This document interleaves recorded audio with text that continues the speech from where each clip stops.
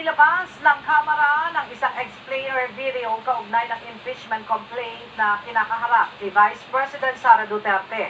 Ayon kay House Impeachment Prosecutor House Assistant Majority Leader, ako Bicol Party List Representative Jill Bongalon, layo nitong maipaalam sa publiko kung bakit nahaharap sa reklamo ang Vice Presidente. At detalya sa ulat ni Rosalie Coz. Kulang 9 minutong explainer video ang nilabas ng House of Representatives sa Facebook page nito, araw ng Huwebes, February 27. Naglalaman ito ng paliwanag sa kinakaharap na 7 articles of impeachment ni Vice President Sara Duterte. Gayon din ang ilan sa mga ebidensyang nakalap ng Kamara kaugnay nito. Ayon kay House Assistant Majority Leader, ako Bicol Party List Representative Jill Bongalon, isa sa 11 hinirang na maging House prosecutors para sa impeachment. Layo ng explainer video na ipaalam sa publiko ang proseso ng impeachment at bakit nahaharap sa reklamo si VP Duterte. I guess it's one way, for us, probably also explaining to the people on why we have signed that impeachment complaint. And medyo may mga technicalities kasi, of course, the confidential fund, the misuse of the 612.5 million pesos confidential funds, of course, the spending of more than 100 million in this 11 days. So may mga technical matters doon na kailangan malaman din po ng taong bayan in a plain and simple language. So baka kasi sinasabi, political lang yan, o kaya galit lang kayo sa Vice Presidente.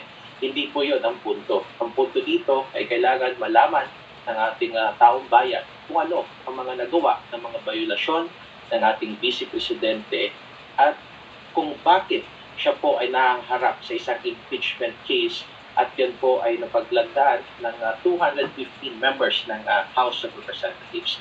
Pahayag pa ni Congressman Bongalon, may gastos kaugnay ng mga paghahanda nila sa impeachment proceedings. Gayunman, wala itong detalye kung magkano. Well, definitely meron. But for lack of personal knowledge, I'm not the one in charge. Sa kasalukuyan din anya, 90 to 95% ng handa ang House prosecution para sa nakabinbing impeachment trial ni VP Duterte.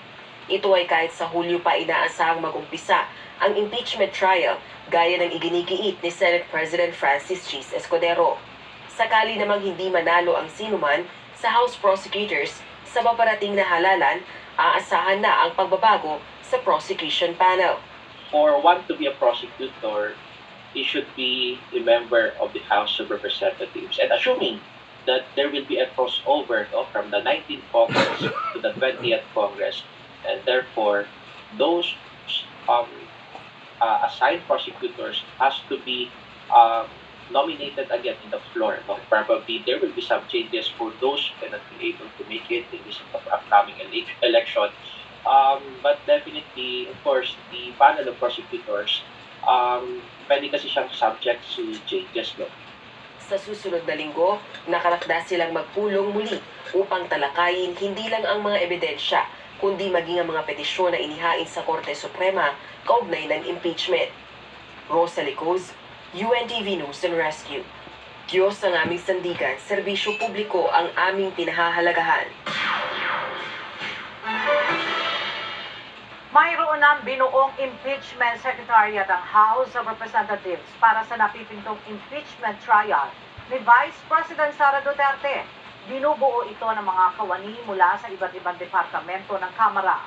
Mula sa Quezon City, makibalita tayo kay Rosalie Coz live.